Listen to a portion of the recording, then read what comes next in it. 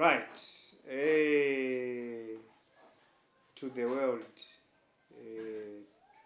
to Zimbabwe, to Africa. I just want to share a little information that maybe can save one or two people from fire hazards that originate from electrical circuits and solar systems. Solar systems, either batteries or panels or inverters. These things can be a source of fire. As long as it is electrical, it can be a source of fire. Now, I just want to give you how something may develop to be abnormal after 5 years. Right. So let's start with a domestic house. Right. A domestic house, you get your electrician, they do house wiring, it gets inspected, which is fine. Then at the time of inspection and at the time of being given an inspection certificate which is passed, you probably have one stove, you have one fridge, and maybe 1000 watts iron and so forth. No pumps, no whatever. So as the time progresses, you will see that no, I need a pump for water. You drill a bore, that's in addition to the load. You will see that no, I need an oven, a double oven, microwave, and so forth. Now, what do these loads do to the passed and commissioned electrical circuit? It increases current flow in the reticulation cables, right? It increases power losses, it increases current flow, and current flow increases heating due to I squared R losses. And then when there is heating, insulation starts to deteriorate linearly, slowly, such that it will become brittle at some point in time, such that even a small force can scratch off the insulation around the cable, right? And remember now, these cables will be moving in threes: neutral, earth, and live. So imagine a scenario where now we've got a portion of a live wire which have become bad because insulation has broken down due to, or has failed due to overheating over time, right? That is a source of a spark. When the live touches the neutral or the earth, that is a source of a spark. So depending on where the spark is, mostly our wiring is in the ceiling. So if that spark happens in the ceiling and it so happens that there is something which is flammable, then that could be a source of fire. In terms of solar systems, right, you buy, we install a new system for you, then after 5 years, one reports that the battery bursted or there was an electrical fire, the same concept applies, right? Let me start with panels. Under what circumstances can we have a panel overheating and actually burning?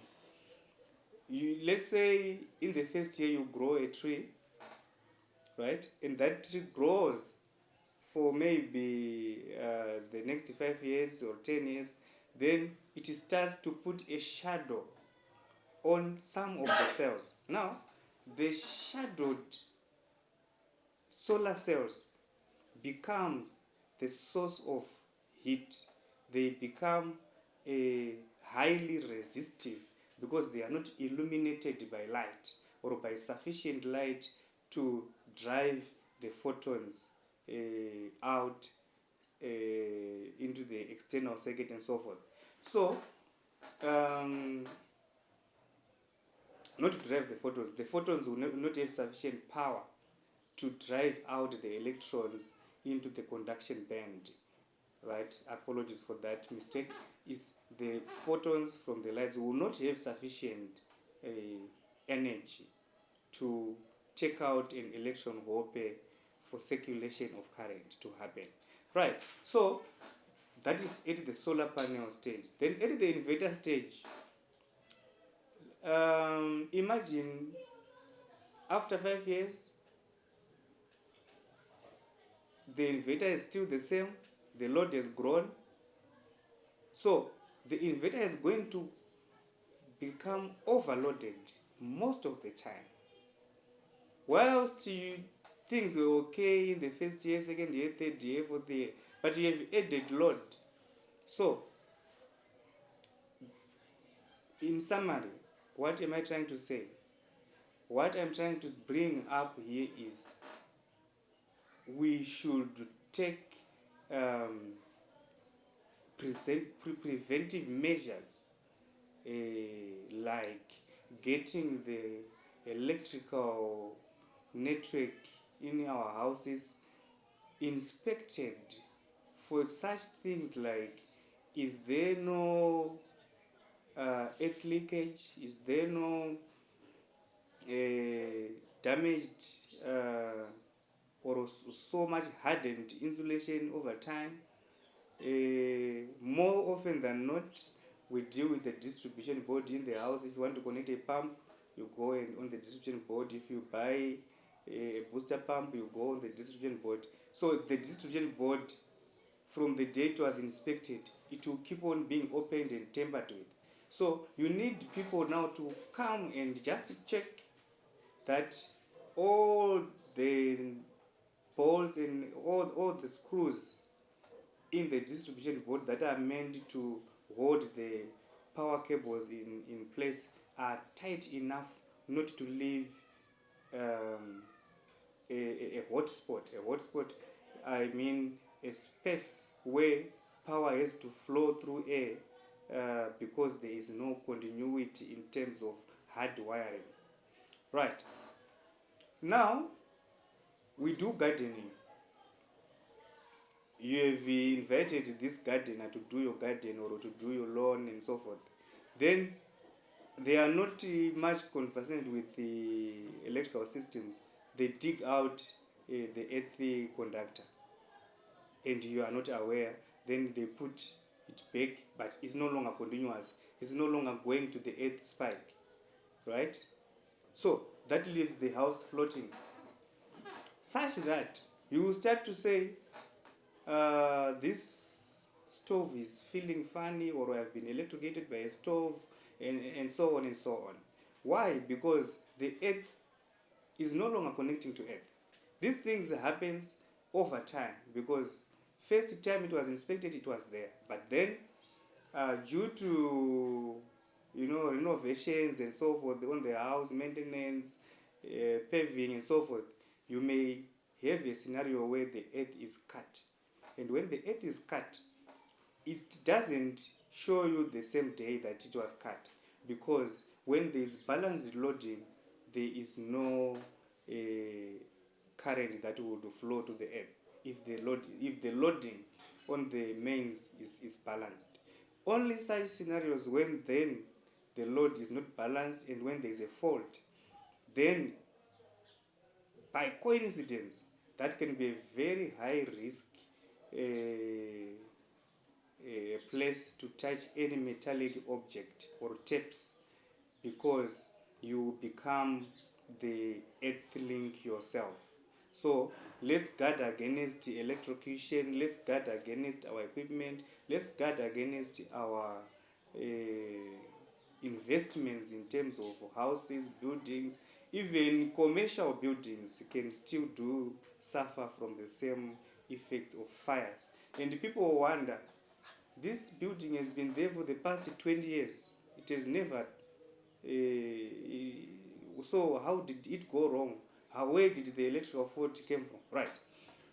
Over the years, you will be inviting people to add load, to do one or two things. So what an example that I can give is, we can end up having joins along the path. The joins are path of high resistance.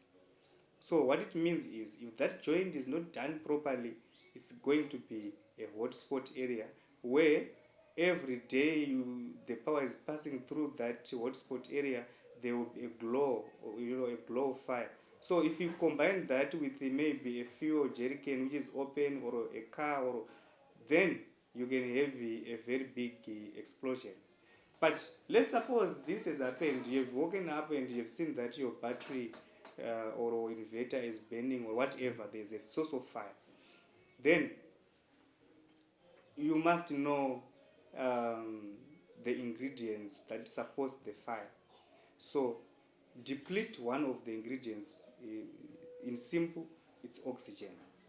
That's the fastest way you can eliminate the fire, because we are not sure what reacts with what. So let's deplete the oxygen by putting maybe a blanket or a wet blanket on the flames.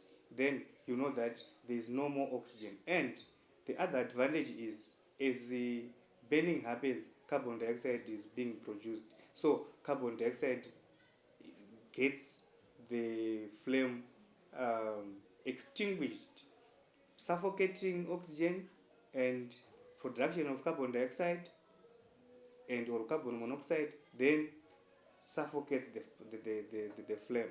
So my point is, let's get our premises, our houses inspected over some period of time. It could be 3 years, 4 years.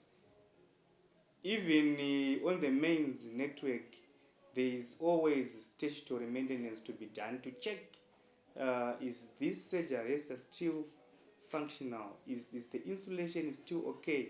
There are figures that would have been found during commission. So you will now be comparing those figures with the current figures to see whether the equipment is still intact, or it has lost some insulation, or it is broken, or the insulation is broken somehow. But although it's still functional, but the equipment is no longer at its optimum, you see. So that is the message of today. I just thought maybe it could save one or two. Remember, I said when you see a fire, then if it's in the house, get a big blanket, wet blanket, and cover the flame. Then switch off all points of power supply. So the next thing to switch off is the mains, by bringing down the isolator. Then shut down the inverter itself. Then, but when you do these things, your safety first is important.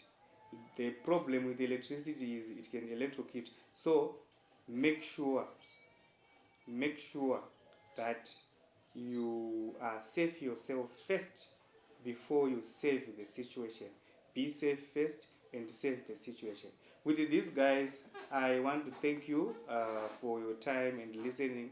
If this video is nice to you, please like and share and subscribe for more tips, because we shall continue to give tips as we progress. Thank you very much.